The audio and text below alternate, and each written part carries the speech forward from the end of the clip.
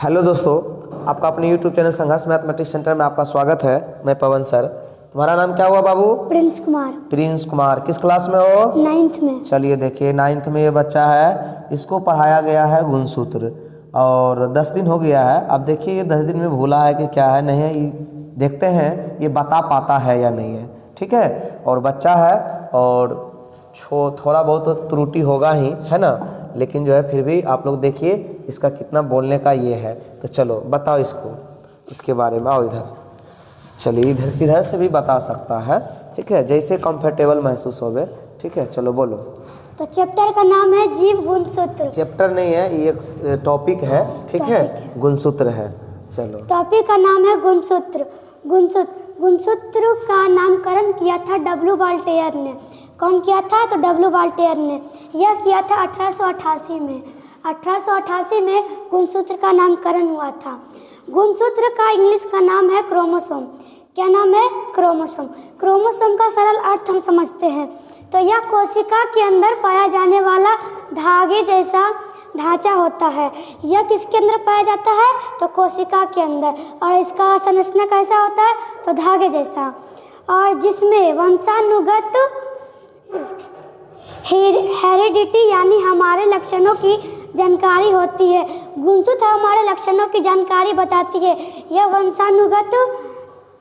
वंशानुगत गुण को बताता है, जो कि हमारे पिताजी से, हमारे नाना नानी से जो मिलते हैं, चेहरे मिलते हैं, स्वभाव मिलते हैं, तो यह गुणसूत्र के कारण ही होता है। गुणसूत्र में हमारे अगर माता पिता का कद छोटा है तो बच्चे में भी कद छोटा हो जाता है, कभी लंबा है तो लंबा हो जाता है, गोरा है तो गोरा हो जाता है। तो ये सब चीज़ गुणसूत्र में होता है।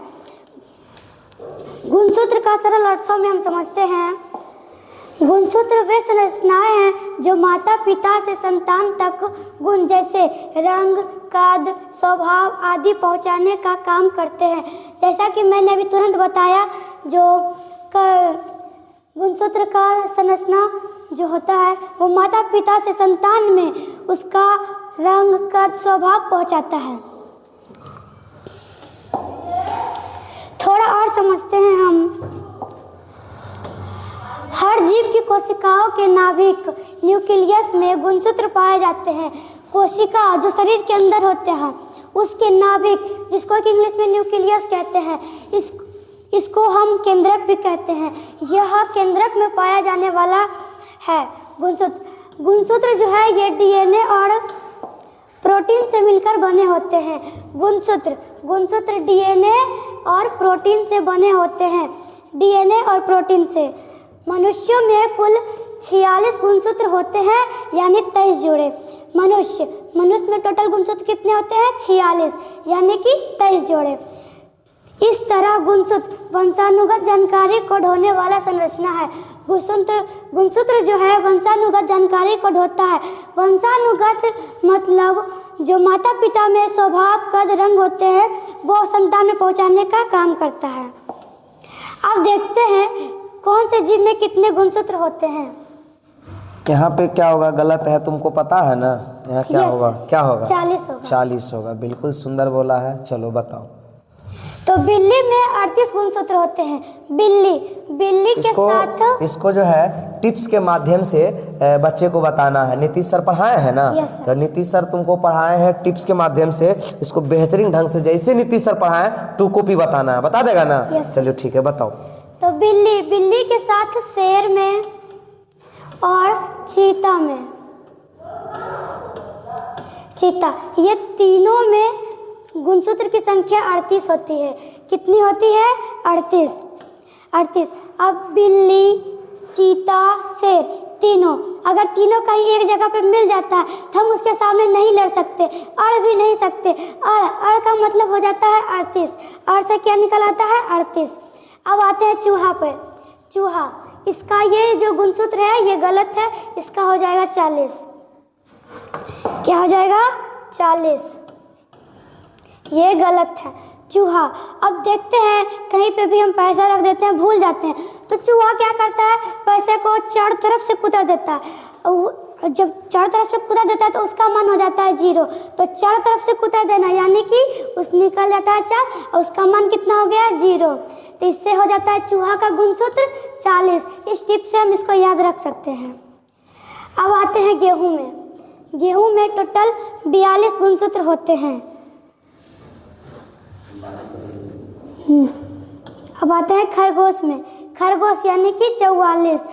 खरगोश कहता है कि हम जो 4x4 से भी हम आगे भाग सकते हैं। 4x4 यानी कि एक गाड़ी का नाम है, उससे भी हम ज़्यादा दौड़ सकते हैं। 4x4 यानी 4x4, इससे हम 44 निकल जाता है, जिसका कि खरगोश का गुणसूत्र है 44। अब आते हैं मनुष्य में। मनुष्य में टोटल गुणसूत्र होते हैं 46, जो कि मैंने आपको ऊपर में भी बताया था। मनुष्य का टोटल गुणसूत्र 46 होता है। अब आते हैं, यहाँ से एक लॉजिक और लगा दो, जैसे कि यहाँ पे देखो आप लोग जो भाइयों एवं बहनों देख रहे हैं, ये भी बच्चा है, सीख रहा है। जैसे बताया गया होगा, नीतीश सर क्या बताए थे? बीच गेहूं खाम बताए थे ना? बीच गेहूं खाम। तो बी से क्या निकाला? बिल्ली। चौ से चूहा, गेहूं से गेहूं, ख से खरगोश, म से मनुष्य। ये बिल्ली में वो याद रखना है 38। कितना कितना जोड़ना है? 2 जोड़ना है। तो 38 में 2 जोड़ेंगे तो 40। 40 2 42, 42 2 44, 44 2 46, 46 2 48। ये तीनों क्या होता है? 48। आलू, ठीक है। अब यहाँ से तुम बताओ आलू से, ठीक है। चलिए, यहाँ तक तुम बताया था मनुष्य, अब आलू से शुरू करो। अब आलू, चिंपैंजी और तंबाकू तीनों का हम देख रहे हैं कि 48 है। 48। अब लोग बहुत ज़्यादा तंबाकू करता है, तो जो लोग 48 घंटा तंबाकू का सेवन करते हैं वो मनुष्य नहीं रहकर चिंपैंजी बन जाते हैं। इसलिए हमें आलू का सेवन करना चाहिए। तो आलू, चिंपैंजी और तंबाकू तीनों का निकल आता है 48। अब आते हैं हम प्याज में। चलो आगे। प्याज एक प्याज को लेते हैं हम एक प्याज ये लिए, इसको हम 4 भागों में काट दिए। उसके प्याज में क्या होता है? एक छिलका होता है तो दूसरा भी आ जाता है। इस तरह से अगर हम 4 टुकड़ा करें तो एक में 4 टुकड़ा निकलता है। तो यानी कि 4 में 44 निकल आता है, 16 निकल आता है। 4 4 4 4 यानी कि 16। इसका आ गया 16। तो हम प्याज का हम 16 याद रख सकते हैं। अब आते हैं घोड़ा में। घोड़ा जब भी दौड़ता है तो छटपट छटपट छटपट छटपट करके दौड़ता है। छटपट से हम यह 64 निकाल सकते हैं। छटपट छटपट यानी कि 64। तो घोड़ा का गुणसूत्र हो गया 64। अब आता है कुत्ता में। कुत्ता, एक दिन मेरा दोस्त मेरे घर आ रहा था।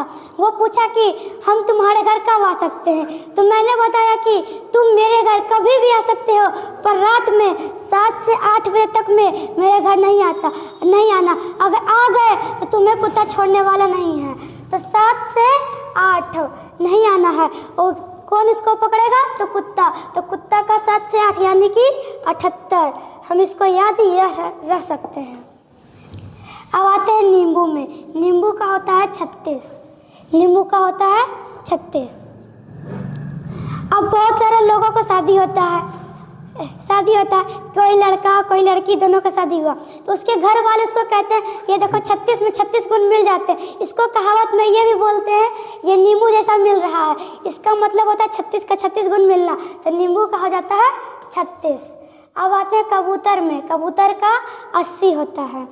कबूतर में हम 80 का यह याद रखते हैं कि आज से 80 दशक पहले जो चिट्ठी पहुंचा जाता था वो कबूतर के द्वारा पहुंचाया जाता था।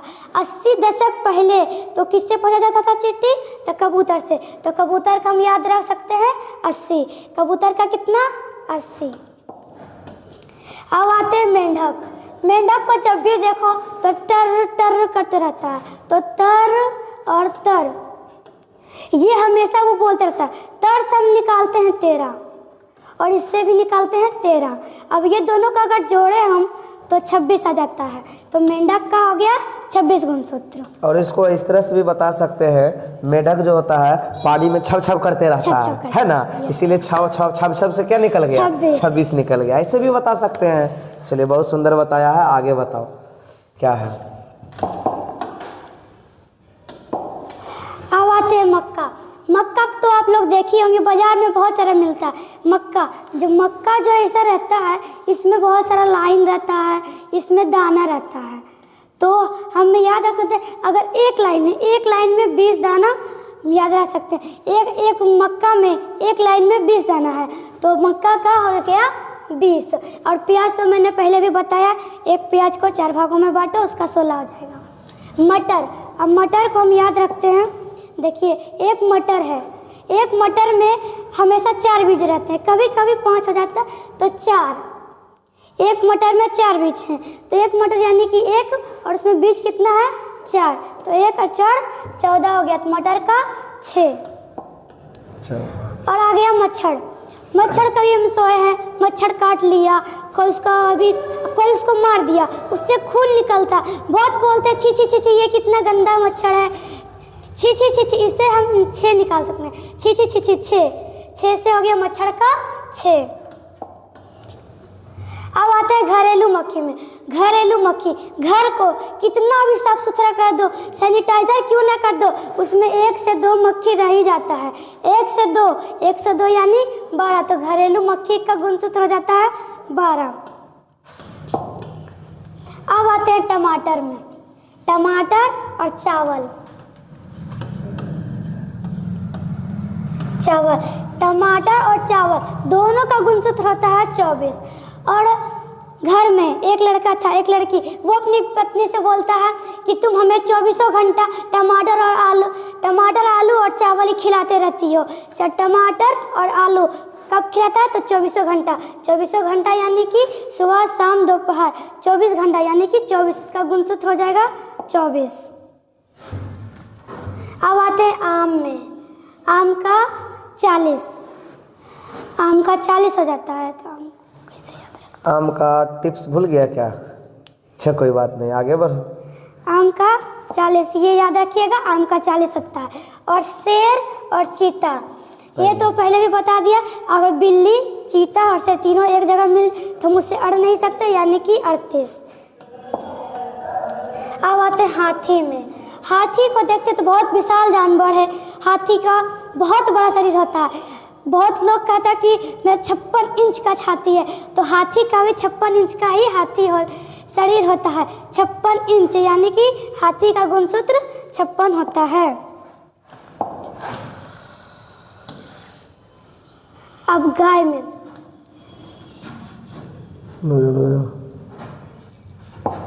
आ गया, चलो। गाय में होता है 60।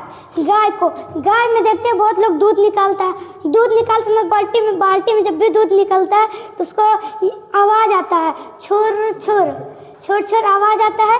छुर से हम 60 निकाल सकते हैं, छुर 60। और ऐसा भी याद रख सकते हैं कि अभी मार्केट में अगर दूध लेने जाओ तो उसका 60 होता है, और दूध कहाँ से आता है, तो गाय से। गाय का हम 60 याद रखते हैं, और बकरी का भी दूध निकलता है तो 60 ही होता है। मेंढक का तो बता ही दिए। अब आता है गाजर। गाजर का हो गया 18। गाजर 18। हाँ। अब अच्छा, देखते हैं कोई लड़का शादी में डांस कर रहा है, उसको लोग बोलते हैं देखिए लौंडा जैसा नाच कर रहा है, लौंडा, इसको गाजर भी कहते हैं। अब वो लौंडा कब होता है, तो 18 साल में, तो 18 साल का लौंडा यानी गाजर का 18। अब भालू में 24 होता है, भालू में 24। 74 होता है इसका मतलब ये गलत है, इसका होता है 74। भालू का, कंगारू का 16 और चावल का 24 पहले बता दिए। चलो ठीक है, समाप्त हो गया है। Yes. और इसी तरह से और है नहीं है। चलिए, कितना सुंदर बताया है, कितना जवाब दिया है लड़का, बताओ कितना छोटा बालक है, एकदम अच्छा जवाब दिया। ऐसा बच्चा हर घर में होना चाहिए और मेहनती होना चाहिए, कितना ज़बरदस्त मेहनत करता है। और ये लड़का जो है कोई जितना इसको बताया गया ना, ये जो है हर चीज़ याद रखता है, इसके पास पूरा हर ये है, कुछ भी पूछ देंगे ये जवाब दे देगा आराम से। इसको जो है जैसे ये अभी क्या बताया तुम, गुणसूत्र बताया, जैसे ये पीएच मान हो गया, इसके बारे में भी ये लड़का आराम से बता सकता है, बेहतरीन ढंग से बता सकता है। चलो जरा सा पीएच मान ज़रा सा यही इसको खाली समझाना है, ठीक है, और ज़्यादा जाना नहीं है। बोलो पीएच मान के बारे में ज़रा कुछ बता दो। इधर कुछ विद्यार्थी वेट कर रहा है। चलो पीएच मान में होता क्या है, उसके स्वाद के बारे में पता चलता है। अगर किसी का स्वाद खट्टा है, किसी का कड़वा होता है, तो उसका एक पीएच मान होता है। तो वो कितना होता है वो हम इसमें जानेंगे। पीएच मान, पीएच का मान, पहले इसका जो है ये बता दो। पीएच का फुल फॉर्म ये होता है, पीएच का फुल फॉर्म होता है पोटेंशियल ऑफ हाइड्रोजन, और इसका एक और नाम होता है पावर ऑफ हाइड्रोजन। पीएच का मान, और पीएच का मान होता है 0 से 14 तक।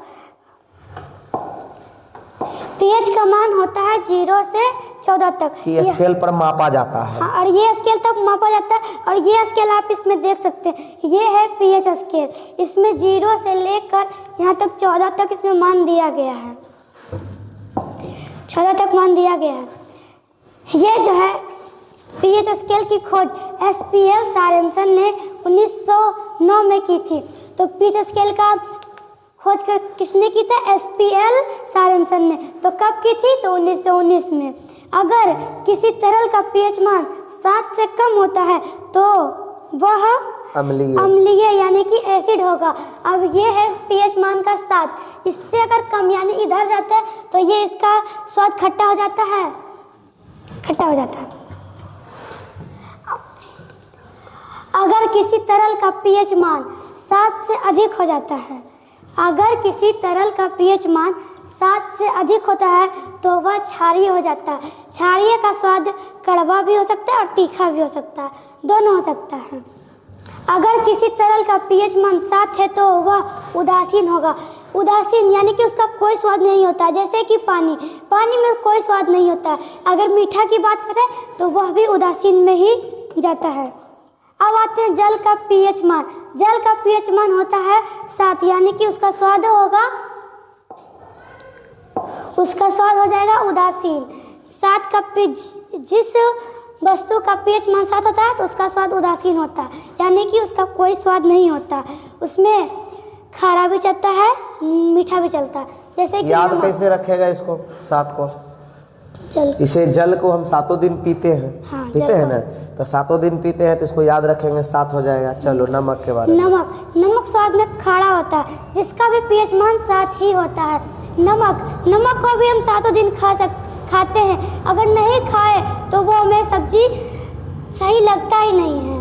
चलिए मानव रक्त हो गया, बस रहने दो अब यहीं तक, समय हो गया है ना, लेट हो रहा है। ये सारा बता सकता है, लड़का को पूरा याद है और किस तरह से पढ़ाया जाता है इसको जो है अभी से ही ट्रेनिंग दिया जा रहा है। हर बच्चे को, जितने बच्चे मेरे यहाँ पढ़ते हैं सभी बच्चे को यहाँ पे ला करके सिखाया जाता है, बताया जाता है। एकदम डिसिप्लिन मेंटेन रखते हैं, कहीं क्लास में छुदुर बुदुर नहीं होगा, है ना पूरा। यदि आप जो बच्चे अभी तक नहीं जुड़े हैं, नहीं आ रहे हैं, एक बार कोशिश ज़रूर करें।